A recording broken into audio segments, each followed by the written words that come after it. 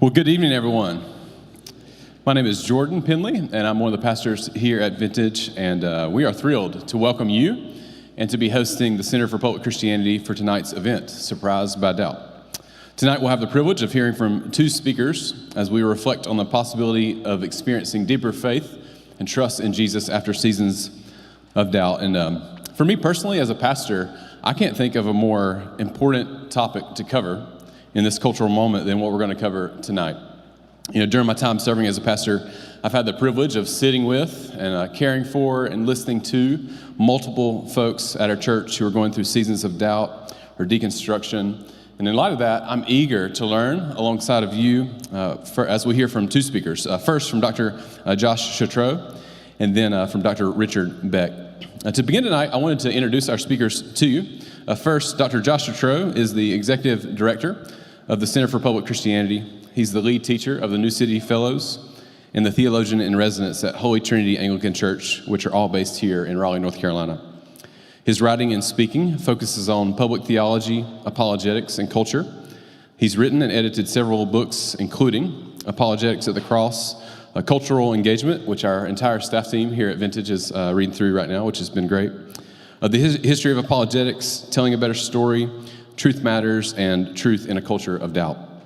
His writing has received numerous awards, including Outreach Magazine Resource of the Year in Apologetics, the Gospel Coalition's Book of the Year in Apologetics and Evangelism, and his work has been featured in outlets such as the Christianity Today, the Gospel Coalition, World Magazine, and the Washington Post.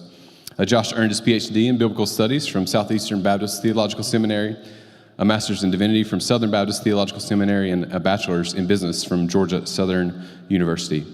He served as a full-time academic teacher as well as pastorates in churches in Virginia and Georgia. Josh and his wife, Tracy, have two children, Addison and Hudson. And then secondly, we'll hear from Dr. Richard Beck, who is a professor and chair of the Department of Psychology at Abilene Christian University. Richard also teaches classes at Fuller Theological Seminary and the ACU Doctor of Ministry programs. During his teaching career, Richard has been honored twice as the ACU Teacher of the Year. He's been recognized with honors as Teacher of the Year and has won the College of Arts and Science Classroom Teaching Award and the Faith Integration Award. Outside the classroom, Richard travels the world as a sought-after speaker, an award-winning blogger, and the author of Hunting Magic Eels, which is a great book title. Just finished that this week. And an even more interesting book title, Trains, Jesus, and Murder, the Gospel According to Johnny Cash, which I look forward to reading as well. To begin tonight, please join me in welcoming up our first speaker, my friend, Dr. Josh Chatraw.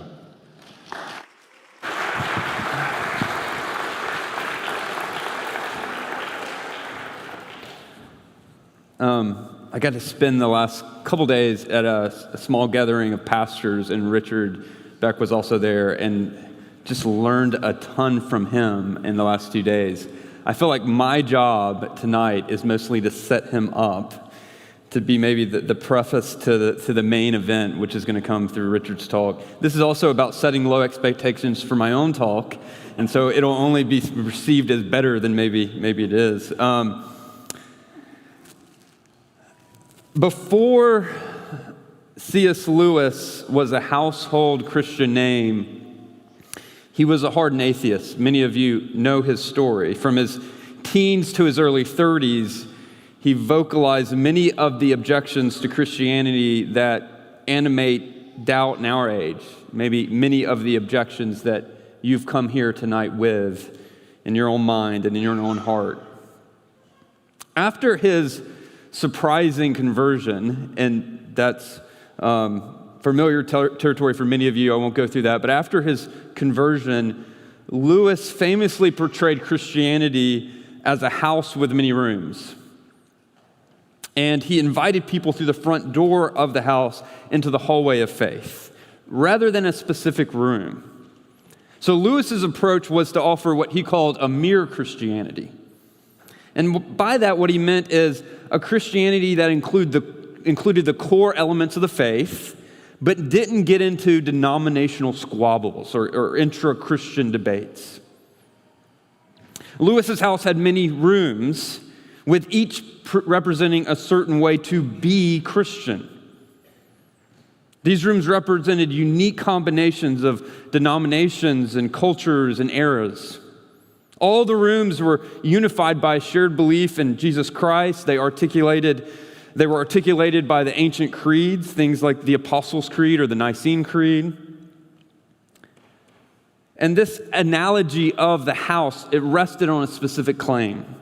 There was unity in the gospel, there was unity in this belief in Jesus, and yet there was diversity within the Christian house. Multiple rooms representing different ways or different embodied expressions of the faith. Okay, so that's what Lewis's project was, Mere Christianity. I think that analogy is helpful to set things up tonight. But I want to make a turn that Lewis never made to address this issue of doubt and deconstruction. And I want to do it by using that analogy to state a problem. Some rooms of Christianity, Christian rooms, don't actually recognize themselves as simply a room in the house. These rooms give the impression that their room, and maybe a few select other ones, are the entire house.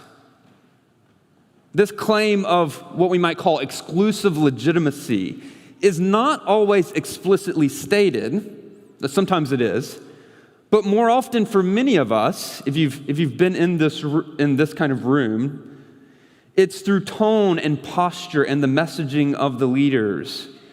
And it leaves little doubt to their opinions of all the other rooms. And here's what this approach does. It's a kind of exclusionary lens that frames the questions of faith in a particularly narrow way. And so leaving the room, or the possibility of leaving this space, this room, would all of a sudden feel like leaving the entire house. This is because the room, what I call the attic, is actually built in fear. It's built to protect those in the room from the dangers outside. It feels confining.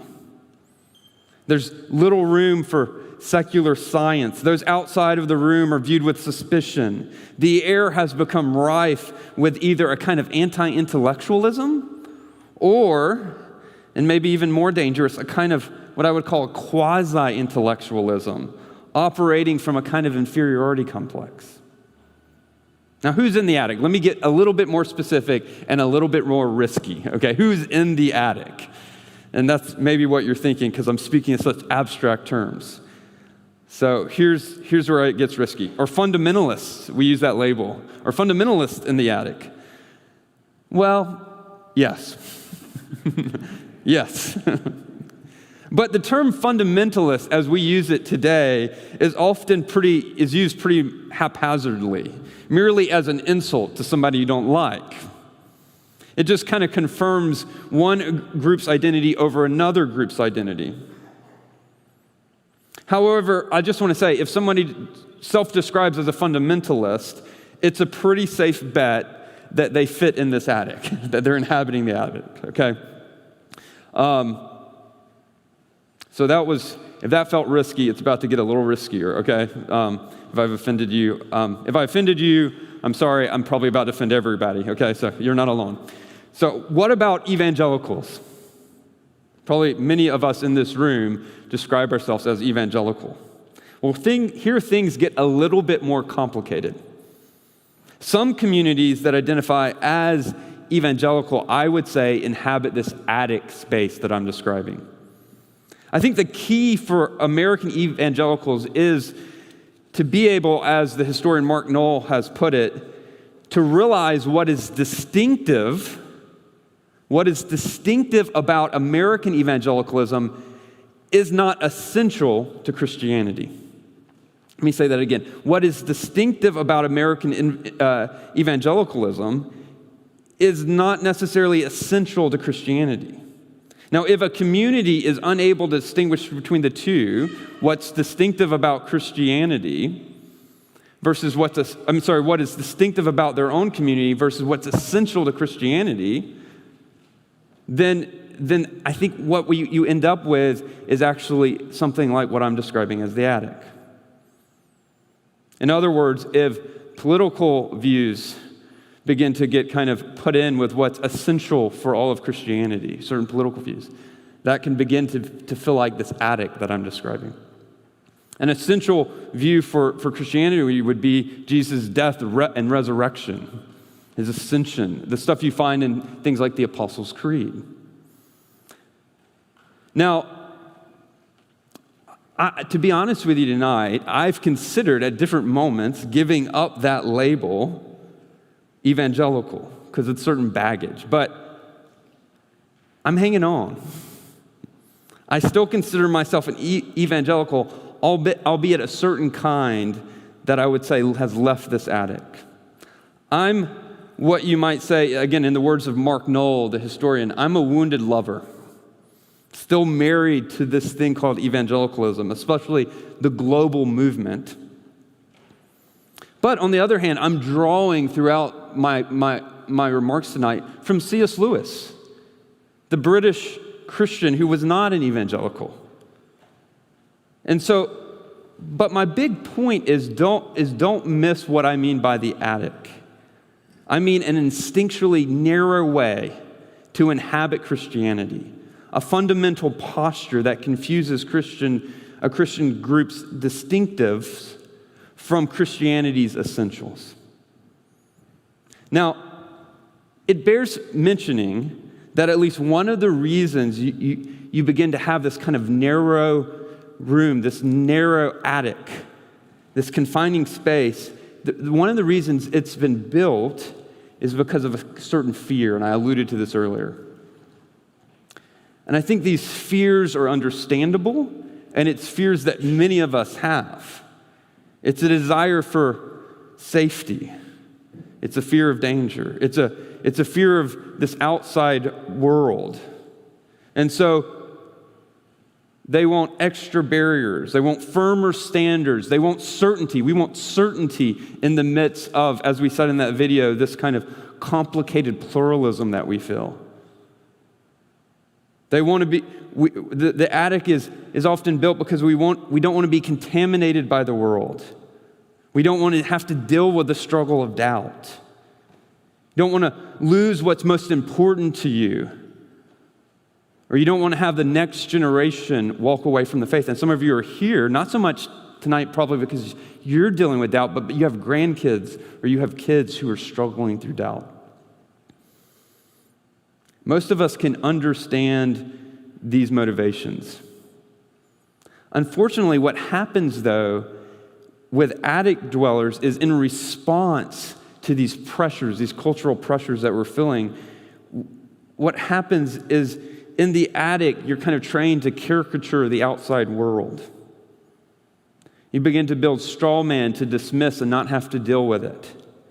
We can begin to dismiss people with different views as simply being deceived by the devil or unwilling to look at the evidence. But what actually happens is that becomes a pretty bad plan for actually keeping curious, empathetic, and hurting people inside the Christian house. One more point about this attic space. The attic has often decentered itself from the historic essentials shared by the other rooms in the Christian house. And it enforces their own unique distinctives as what I would call load-bearing walls. These are what's most important. And this, in the end, is actually a kind of remodeled space that ends up being cramped. If one is forced to live in this space too long, their posture begins to change. They're stooped over in a confined space. And you have a misaligned posture to the world. Rather than rallying around the historically defined essentials of the faith, the celebrating the beauty and the joy of the good news of Jesus, defensive walls are built. We want to stay here. We want to stay safe. We want to keep the wrong people out. And too often these insular walls, built for safety, built for understandable reasons, become not so much shaped by the faith that we've been given, not so much shaped by the ancient structure and beauty of the rest of the house, but they're actually shaped, and our version of Christianity begins to be shaped in reaction to modern pressures within our world. And so what happens when the world outside the house acts, attic Christianity actually reacts. So it's a very reactive mode to try to live out the Christian life in. These reactions often result in frantically built structures designed for immediate safety. The problem, however, is these walls might not actually be protecting those on the inside. In fact, they could be suffocating faith, especially a faith that is seeking understanding in this highly pressurized world of competing options. So in contrast with the newly discovered world outside a childhood community, the insulated culture of the attic begins to feel small. The attic seems to be often, the attic all of a sudden seems to be hiding something from those who begin to feel the pressure here. And once troubling questions are stumbled upon, forcing them into a closet is a surefire way to grow doubt into something unwieldy. I love this quote by Brian Zahn, and he explains this issue of what's often happening with metaphors that are at home in my attic metaphor. He says this: by misrepresenting the Enlightenment and the corresponding rise of empiricism as an existential threat to the Christian faith, many frightened Christians, and if you didn't understand that, just track with me on this. Many frightened Christians sequester themselves in a panic room of certitude. In other words, seeking this kind of absolute certainty. But this kind of darkness breeds monsters. Most doubt, like monsters, are not that scary in the daylight. Most Christians can deal with inevitable doubts as long as there is room for doubt. But when a system is enforced that leaves no room for doubt, benign uncertainties can mutate into faith-destroying monsters. When doubts are locked away in a closet of secrecy, they can grow into formidable ogres.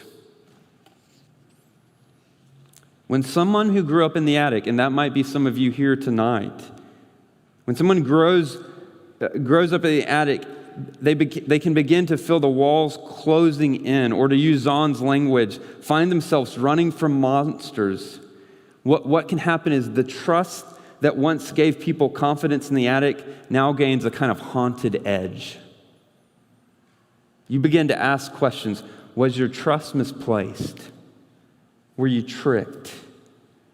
The arguments that you once grew up hearing and they once seemed like knockdown evidence for Christianity begin to feel like they could go either way at best.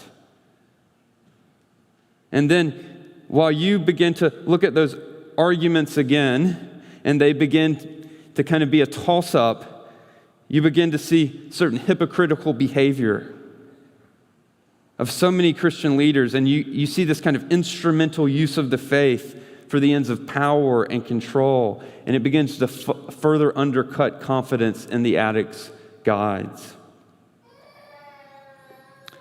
Well, tonight, you will not hear special pleading from me, and I don't think from Richard, for you to stay in the attic. In fact, if that's where you are and you're feeling suffocated, I don't advise you to stay upstairs in the attic. However, the good news is that jumping out of the window, out of Christianity altogether, isn't the only way to leave the attic behind. In fact, I would want to suggest to you it's not the best bet. There's better ways to exit the attic. Although the view of the landscape outside the window might be appealing, jumping isn't actually the best option. And if you're going to leave the house of faith, if you're here tonight and you're seriously considering that, I want to challenge you to simply walk downstairs. Have a look around on the main floor before you exit out the front door. Why not explore the foundation of the house? You may be surprised by what is essential to the house. You may be surprised by the wisdom and the beauty offered by those who've been living beneath your feet all of this time. The floor beneath the attic was built long ago. Capacious rooms to live in, sturdy foundations, there's space to grow, enchanted beauty to discover, mysterious corners to explore, and ancient wisdom etched in the pillars.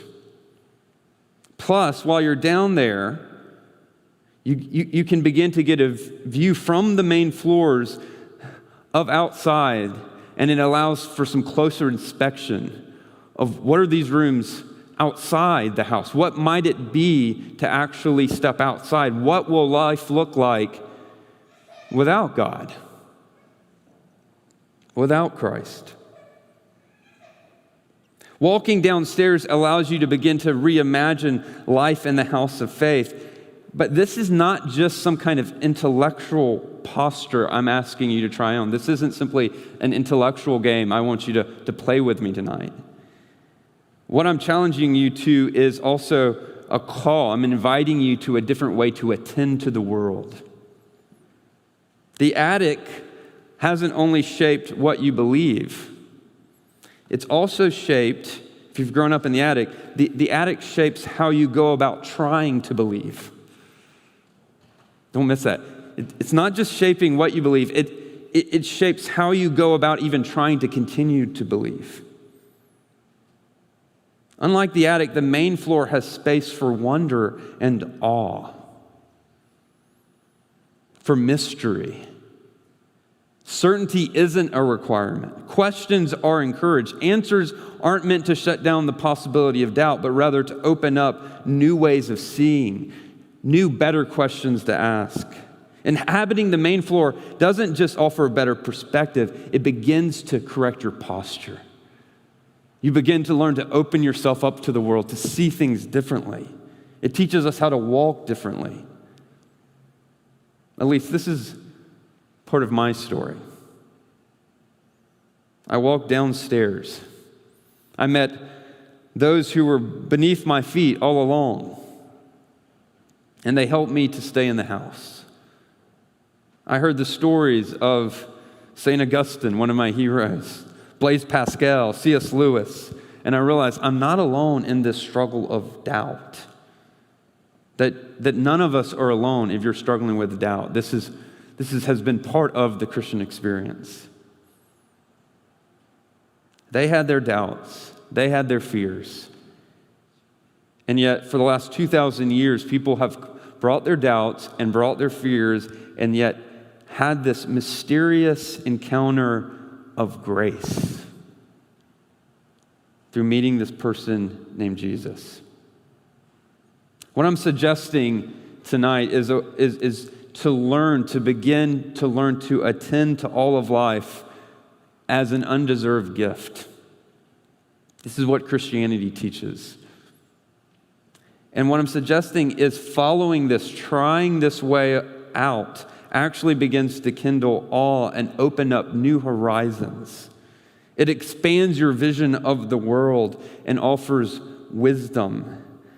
The wisdom needed not just to cope, but for a lot of us, you've come in here tonight and you're just saying, I'll take coping.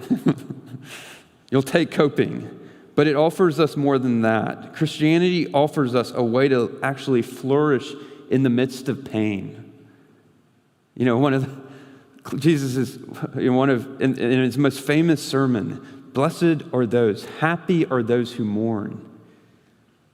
Christianity teaches us a way to actually to walk through life, through the pains, through the hardship, with a surprising joy, as Lewis put it in one of his books. This is not, I'm not suggesting tonight a kind of anti-intellectualism.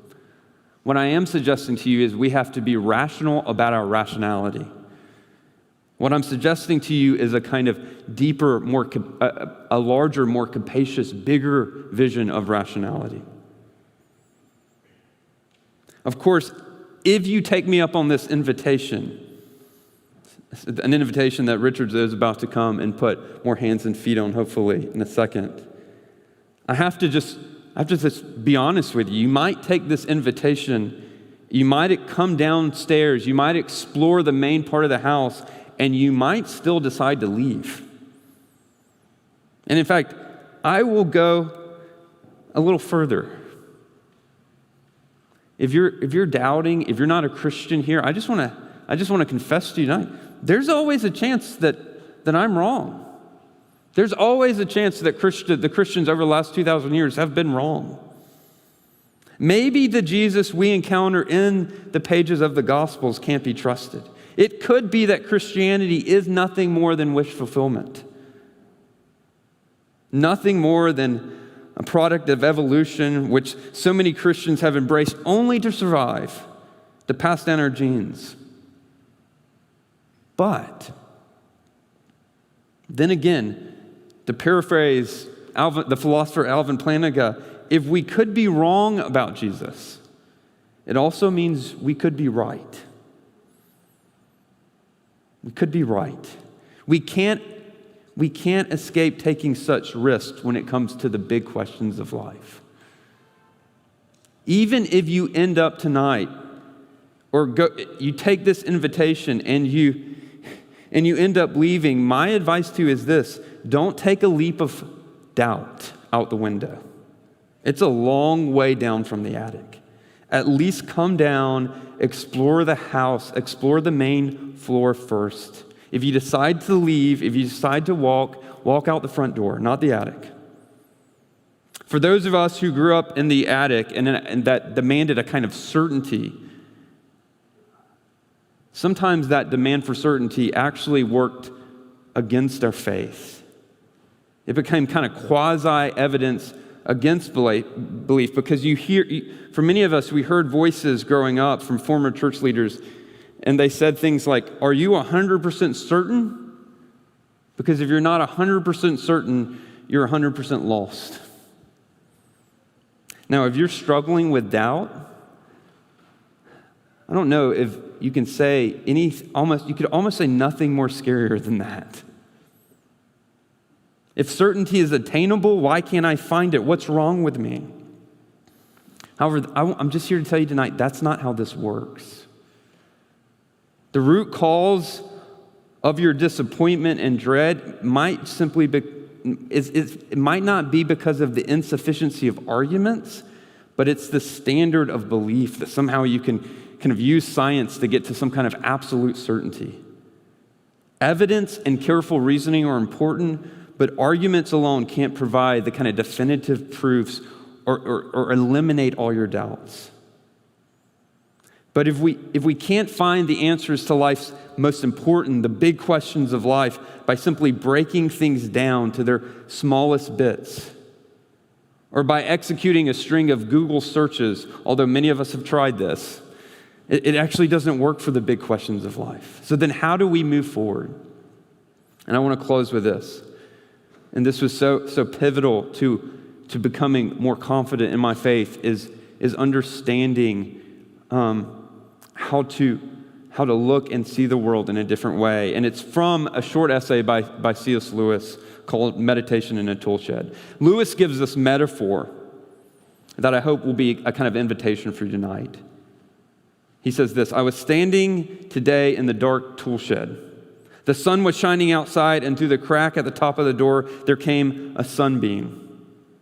From where I stood, the beam of light with the specks of dust floating in it was the most striking thing in the place. Everything else was almost pitch black. I was seeing the beam, not seeing things by it.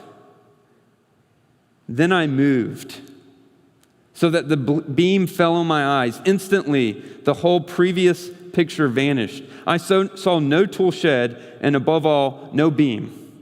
Instead, I saw framed in the irregular cranny at the top of the door, green leaves moving on the branches of a tree outside, and beyond that, 90-odd million miles away, the sun.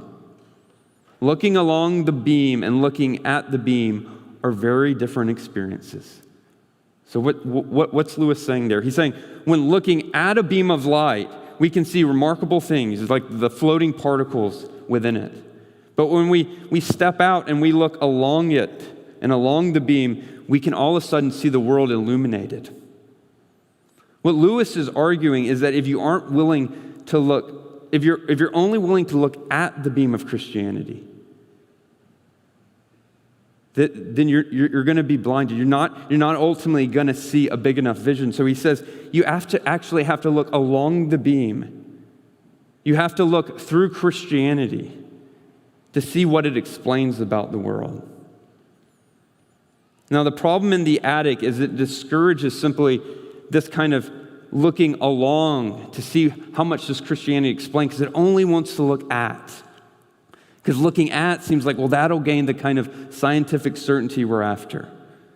But Lewis is encouraging us to see actually how the Christian story, once you begin to look at everything through this vision, begins to change things. The world begins to be illuminated differently. Tonight, in this opening, before Richard comes up, I've only gestured toward this way of coping with life's complexity and diversity. As contingent creatures, we're thrown into this world with a history behind us and limitations that we can't escape. And so we always have more questions than we do answers.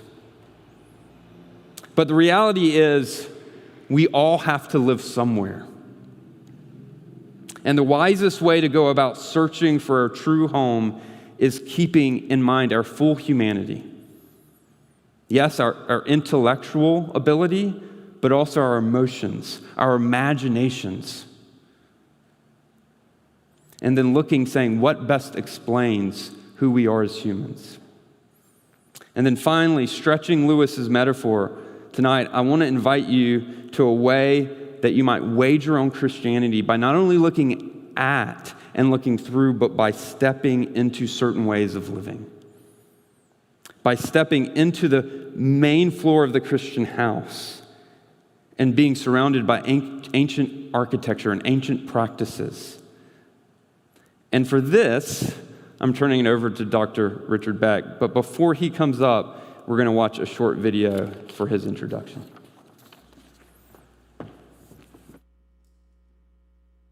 This is an awareness test. Just out of curiosity, how many first time you ever saw that, and maybe it was tonight, did not see the moonwalking bear? Okay. We're going to get to that in a second. Before we get to the moonwalking bear, I probably need to explain some of the titles of my books. Do you want an explanation? The Johnny Cash book is entitled Trains, Jesus, and Murder, and I have my son to thank for that. In writing the Johnny Cash book, I was just listening to a lot of Johnny Cash in the car, and so back and forth from high school. My son had been listening to it just nonstop for many months. He said, you know, Dad, I think Johnny Cash sings about three things: trains, Jesus, and murder. And I was like, hey, that's a good title. We're going to go with that. That's a good, and they became the title of the book. Hunting Magic Eels is relevant to our conversation this evening. My wife and I were in Wales, and we were on Sanwen Island. And on Sanwen Island is an abbey, an ancient ruin of an abbey to St. Dwynwen. And she's the Welsh version of St. Valentine's. And the reason for that is the legend had it that there was this well, a water well, that had in it magical eels, enchanted eels. And the legend was if you had a token of your love, like a handkerchief, and you tossed it into the well, and the eels came up and disturbed the handkerchief, this was a sign that your love would be faithful for life. And so you can imagine the amount of pilgrimages that began as, this is like premarital counseling in the medieval age, You're now my wife was looking for this well with a lot of intensity, which disturbed me that day. I was like, why are you so concerned about finding this well, sweetie? But it brings us to the conversation this evening. That's not our world anymore. Like, I hope you haven't consulted magical eels before you got married. It's a very different world. The world used to be, Charles Taylor describes it as enchanted. The world used to be enchanted. God was real. The supernatural was the water that we swam in and the air that we breathed, and not just the metaphysical and supernatural realities of Christianity, but on the edges of that experience, right? The occult, demon possession, the devil, magic and witchcraft. That was an enchanted world, and we have moved into what sociologists describe as a disenchanted age, an age of increasing doubt, increasing skepticism. People are coming down out of the attic or jumping out of the attic or walking out the front door. And in fact, I don't know how you mark the beginning of a post-Christian culture, but I think one mark came out in March 21, just last year. Gallup published a poll, and you might have seen it, that the first time in the history of the United States, the majority of the population no longer goes to church. For the first time in the history of the country, the majority of the country stays home on Sunday mornings. And that might just be the best mark of the entrance into a post-Christian culture that we can select. But as Josh was describing, I don't think this is just about the rise of unbelief. I think things have changed even in the psychology of belief for the faithful. The faith of the faithful has been even affected. And I think you heard a little bit of the reason why in what Josh described, because you're making decisions. Shall I stay in the attic or not? Shall I jump out of the attic? Shall I come down into the main floor and wander around? And all of that is now being described as choices that you could make. And the fact that now faith is like a choice. What are you going to choose? What are you going to decide about this thing called Christianity? Places faith in a very different mental location. Because if faith is a decision, faith is a choice, then choices can be revisited. Choices are seasonal and they are provisional, which means even the faith in the pews of those on a Sunday morning is different. It feels more tentative and fragile. And we decide tonight, that we do believe this story. We do. Until something happens and suddenly we're back at the choice and have to re-choose it over and over again. And I don't know if that's going to change in our lifetimes. Now, the way we typically think about this crisis is that we typically do think of it as a crisis of belief. Isn't that how you think of it, right? There's a crisis of faith, a crisis of belief. And let me just suggest, and one of my big points this evening is that if we're facing a crisis of belief, we're out of ideas. And the reason why is because the way my college students feel about it is that if they're struggling with belief, they think that the call to faith is like there's this long list of like metaphysical, supernatural, and theological propositions that you've got to believe in. Like, right, Christianity, it's a lot of stuff to believe in. Amen?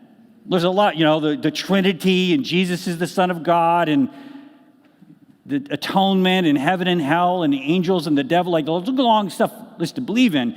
And increasingly we're dealing with a culture that looks on the far side of like a Grand Canyon of doubt and looks at that long list of belief. And we stand over here as the church and say, just believe all of this stuff. Okay? And the trouble with that is that if Christianity is just forcing yourself to believe in unbelievable things, and that's how it can feel to our children and to the culture. Just believe this list of unbelievable things. And that's very difficult to do because you can't choose to believe in something that you don't find plausible. Now, some of us in this space tonight, we believe all the things, have always believed all the things. And I think our struggle is we look across that abyss of the abyss of doubt with a fair degree of incomprehension. Why can't you believe these things? God seems very obvious to me. And so the faithful and the skeptical look across an abyss with feelings of mutual incomprehension. Why aren't you, getting this? That's what I mean by we are out of ideas, because we're just forcing people to believe by an act of the will. But what I want to suggest tonight is that there is a different way forward. And the idea comes from Andrew Root, theologian, who points to the work of the cognitive psychologist Daniel Simons. And you just actually saw in the video one of Simons' most famous experiments. Now, the original experiment was a dancing gorilla. Okay, so I'm going to refer to a dancing gorilla. But the viral video that you saw that millions of people have seen has it as a moonwalking bear. So either dancing gorilla or moonwalking bear, we'll go with either one of those. But I will speak of a dancing gorilla. And Simons' work is on a phenomenon known as attention blindness. As you observed amongst yourselves, about 50% of people who watch a video like this do not see the dancing gorilla or the moonwalking bear. That's attention blindness, because your attention, the research shows, allows you to bring certain realities into view. You're counting the passes of the team in white, and yet that same attentional process blinds you to very obvious things about reality. And in fact, it blinds you to the most obvious thing in reality, right?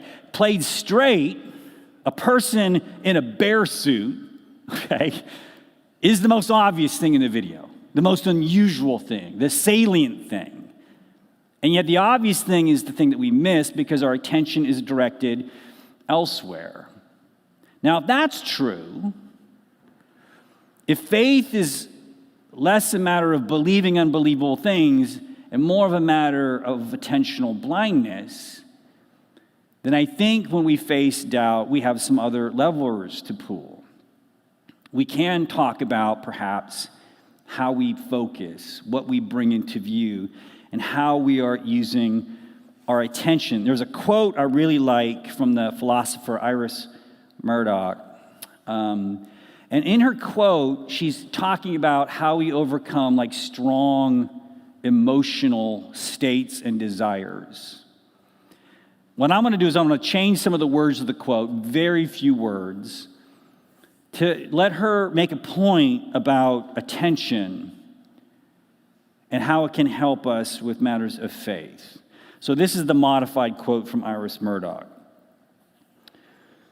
Where issues of faith and doubt and belief are concerned, pure will can usually achieve little.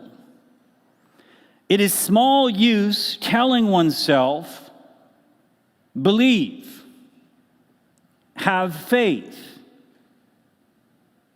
What is needed, rather, is a reorientation which will provide an energy of a different kind, from a different source. Notice here the metaphors of orientation and of looking. Faith is not a jump of the will. It is rather the acquiring of new objects of attention and thus of new energies as a result of refocusing. So that's the thesis tonight, that faith is a matter of attentional blindness. It's not a jump of the will. It's not demanding of our children or of a generation to just jump across with an act of the will. It is rather maybe practicing our way into different perceptual capacities that change, I would argue, the plausibility structures of faith. Now, my wife has heard me give this talk before, and heard me describe the way one of my doctoral students out at Fuller preached this to his church. at his church, his name is Alex. They live out in California. And Alex, when he preached this idea of attentional blindness, he described it as whale watching. So in his marriage, they have lived out in California for like 10 years. And Alex has seen many whales, okay? And during that entire 10 years, his wife hasn't seen any whales, okay? Two very different perceptual situations there. And he talks about how he's learned to see whales. Well, how do you see a whale? Well, one has to go, I know, to the beach. One has to go to, and put oneself there at the beach. And one has to be patient and not just going to the beach and then opening a book. One has to go to the beach and be patient and look out at the water. And if one does that, if one directs their attention in such a way, you will see whales on the shores of California. But if you don't go to the beach, or if you go to the beach and you're reading a book, you will see 0 whales.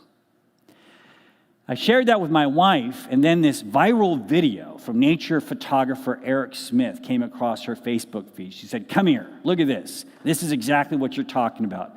Here's the viral video from Eric Smith.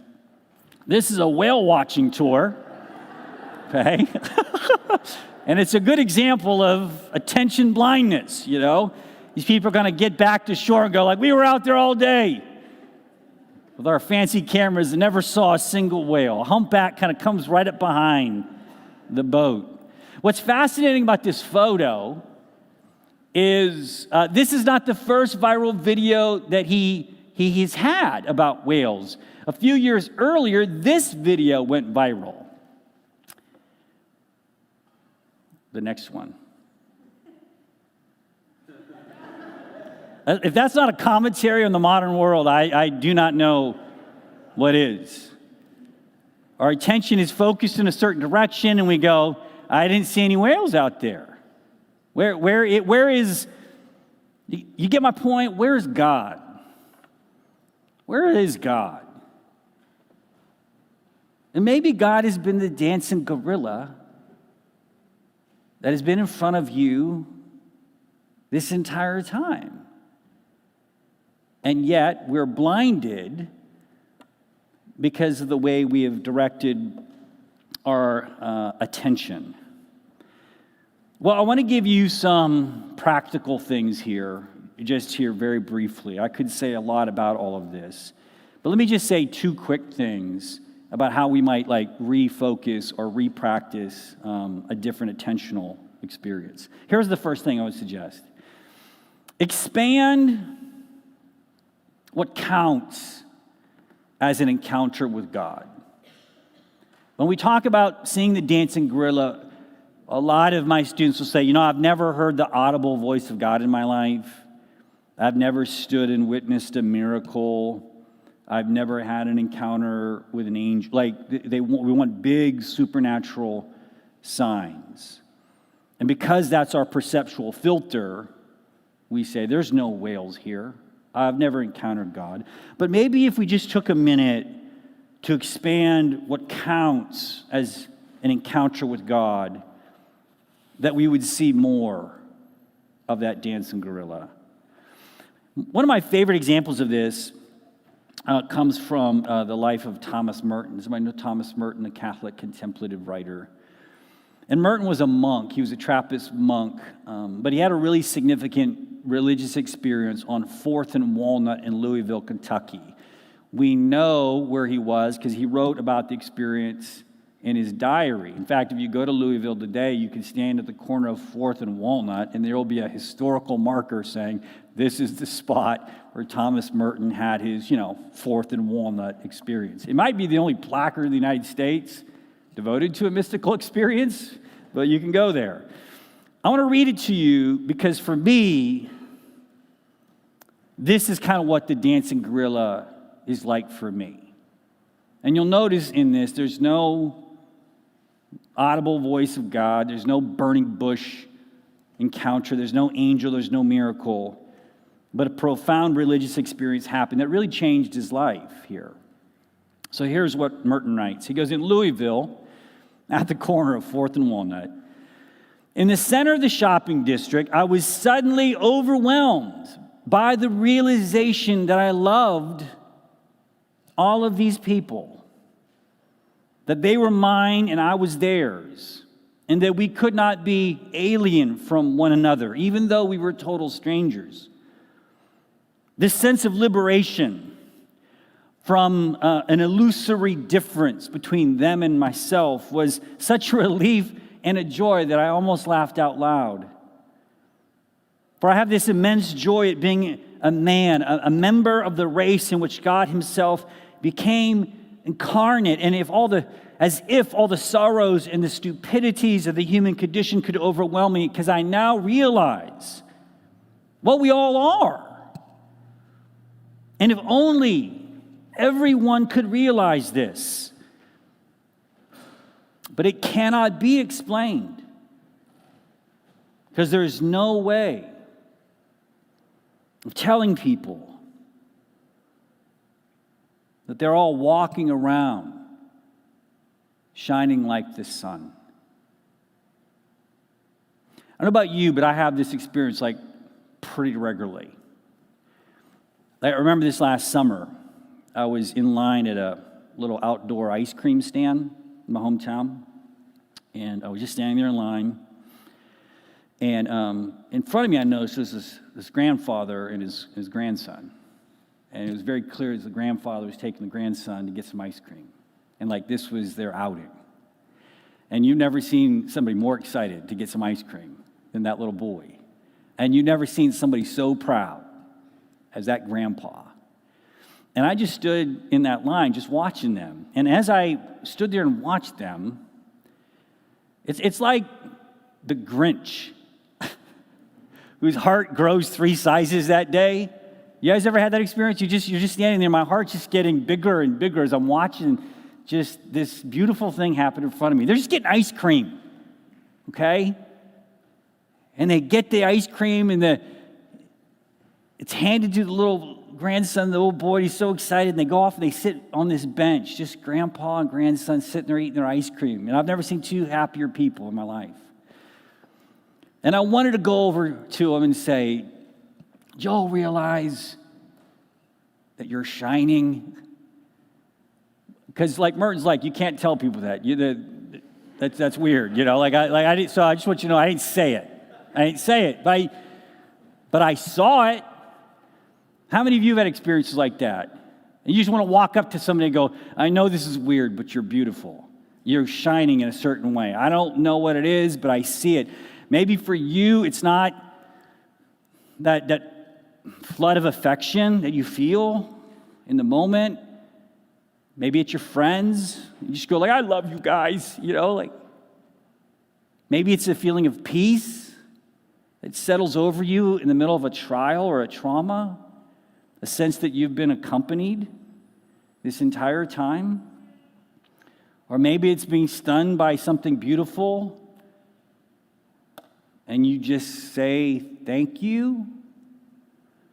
Feelings of peace and assurance and a grace and a presence or a love that takes you kind of by surprise and unawares. Let me just suggest that the dancing gorilla has just come into view. And if you begin to pay more attention to those experiences and begin opening up the perceptual capacities to bring those increasingly into view, you will discover that God has been speaking to you your entire life. In Acts 14, Paul and Barnabas are in Lystra. And this is the first time in the book of Acts the gospel is being preached to a pagan audience. And they know nothing of the story of Israel. Up until Acts 14, every sermon in the book of Acts has been about, the promises made to Abraham and Moses and King David. It's the 10 Commandments, it's the 10 plagues. Like they have seen every Veggie Tale. Like they know the stories. And Paul finds himself in Acts 14 and nobody knows any of this. They don't know any of this. They're Greeks, they're pagans. And so what does Paul do? He says, "I've come to proclaim God to you. A God you don't know and you don't think you've maybe ever heard of, but you've seen this God," because he says He has not left himself without a witness. And he says, the God that made the sun and the skies and has brought the rains and the fruitful seasons. And here's what I love about the first sermon ever preached to a pagan audience. The God that he's given you food to fill your heart, fill your stomachs. And lastly, he says, and he's filled your hearts with joy. There's nothing in that sermon about Jesus dying on the cross for your sins. It's not a long list of metaphysical things you got to believe in. The first sermon preached to a completely pagan audience ended on joy. And Paul named your joy as the witness of God. You have never been far from God. So open up the category for what counts for the presence of God. And lastly, as a second thing I would describe it as this, is Joseph Ratzinger, the former Pope Benedict, he describes this as the primacy of the invisible. In the modern secular age, we have been taught that if it is invisible, it's a fairy tale. If it's invisible, it's not real. This, right, the stuff you can see, the stuff you can touch, this is real. All this other religious stuff, this is invisible stuff. And therefore, it's not real. But let me just pause and suggest that Ratzinger got this right. There is what he calls the primacy of the invisible. The most real things in your life are the things you actually cannot see. It's like that science experiment. Do you remember that science experiment where you would put a magnet under a piece of paper and you'd sprinkle iron filings over top? You ever do that? And the iron filings show you this invisible magnetic field. Let me suggest that if you were able to sprinkle these these lead filings over anything in your life, there would be this magnetic field all around it all the time. And you know it's there if you can pay attention to it. Let me give you two examples before I close. You've probably seen some of all the stories during the fire seasons out of California. But did anybody see this go around that it was like 2 fire seasons ago, where the fires were encroaching on a forest of sequoias. The sequoias are some of the largest and oldest trees in the world. They're like 2,000 years old. Did you hear that? 2,000 years old those trees are. And the fires were approaching the biggest sequoia in the United States called General Sherman. It's the biggest, oldest tree in the States. And fearing that this tree was going to burn down, they wrapped it in what looked like foil. Did anybody see these pictures of the foil-wrapped sequoias? It wasn't really foil. There were these big aluminum blankets. Okay? Here's my point about these foil-wrapped sequoias. From the perspective of empirical science, the lens of organic chemistry, you're going to be unable to see why you would wrap that tree in foil. Right? Around that tree is a value and a meaning that is invisible. And yet it is what is invisible about that tree is what is most important about that tree. Because from the lens of science, that tree is made out of the exact same organic chemistry as any other tree. There's a sense in which science doesn't lead you to the truth. In a very real sense, science bleaches the world of truth. And you aren't able to see the magnetic field of value and meaning around that tree unless you see the primacy of what is invisible. A second example. Do you know in the first year of medical school, there's a class called gross anatomy. Any doctors here? Gross anatomy. In gross anatomy, they give you a cadaver, a human body. And through the whole first year of med school, you dissect a human body. It's the best way to learn about anatomy. Do you know that over 90% of medical schools, most of these are secular, have memorial services for the donated bodies. And why would they do that? And the answer is because a clinical, empirical dissection of the body, what medical training is causing you to see, ignores what is invisible. And what is invisible is the human person that cannot be reduced to tissue or bone or ligaments or tendons. What is primary about that body is invisible. And so let me suggest that if you begin to pay, if I laid magnetic filings over the top of your life, let me suggest you emanate a field of value and purposes and meanings. That the most important thing about anybody in this room is invisible. But if you take the time to bring those values and those meanings into view, the values that navigate your life, then I think we can start having a conversation about where God shows up for you in those spaces. Let me end on this. It's one of my favorite quotes from the novelist Marilyn Robinson. Some of you might know her, Pulitzer Prize-winning novelist. So this will be my conclusion. She writes this: "It has seemed to me sometimes as though the Lord breathes on this poor gray ember of creation, and it turns to radiance for a moment, or a year, or the span of a life. And then it sinks back into itself again. And to look at it, right? To look at this world, no one would know that it had anything to do with fire or light.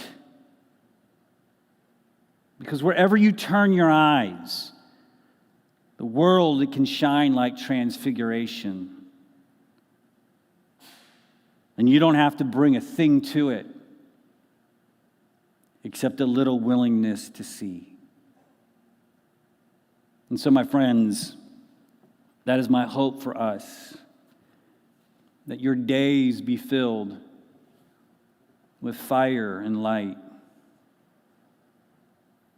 That wherever you look in this world, that it will shine for you like transfiguration. It only takes a little willingness to see.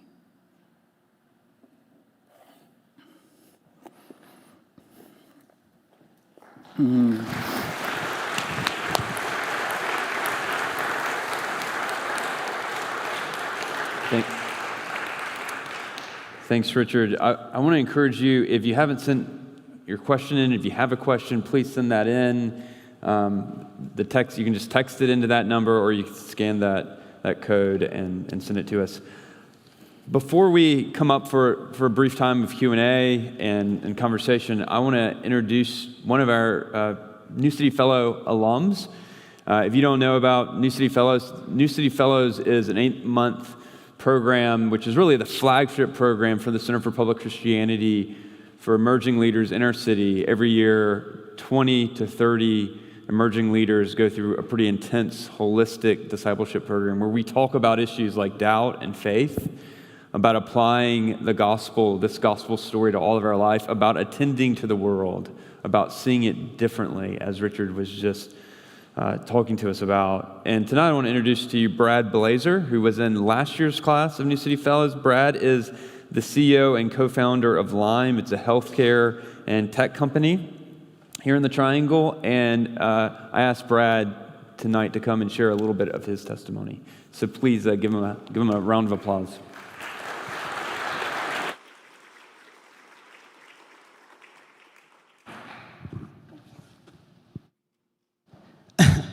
Picking up the mic was tough. We're about to have our first kid in about 2 weeks, and that was legitimately a wake-up call. Josh, thanks for the introduction. Doubt is and continues to be a huge part of my spiritual journey. So I hope and pray that this can be an encouragement for someone who is struggling with disbelief now. So I grew up in a very strong Christian household right down the road in Burlington, North Carolina. While my parents were in no way perfect, I am blessed that I could and still can use them as examples of what the Christian life should look like as a parent, as a spouse, as a business owner, and as a friend. So growing up in that environment, God was just there.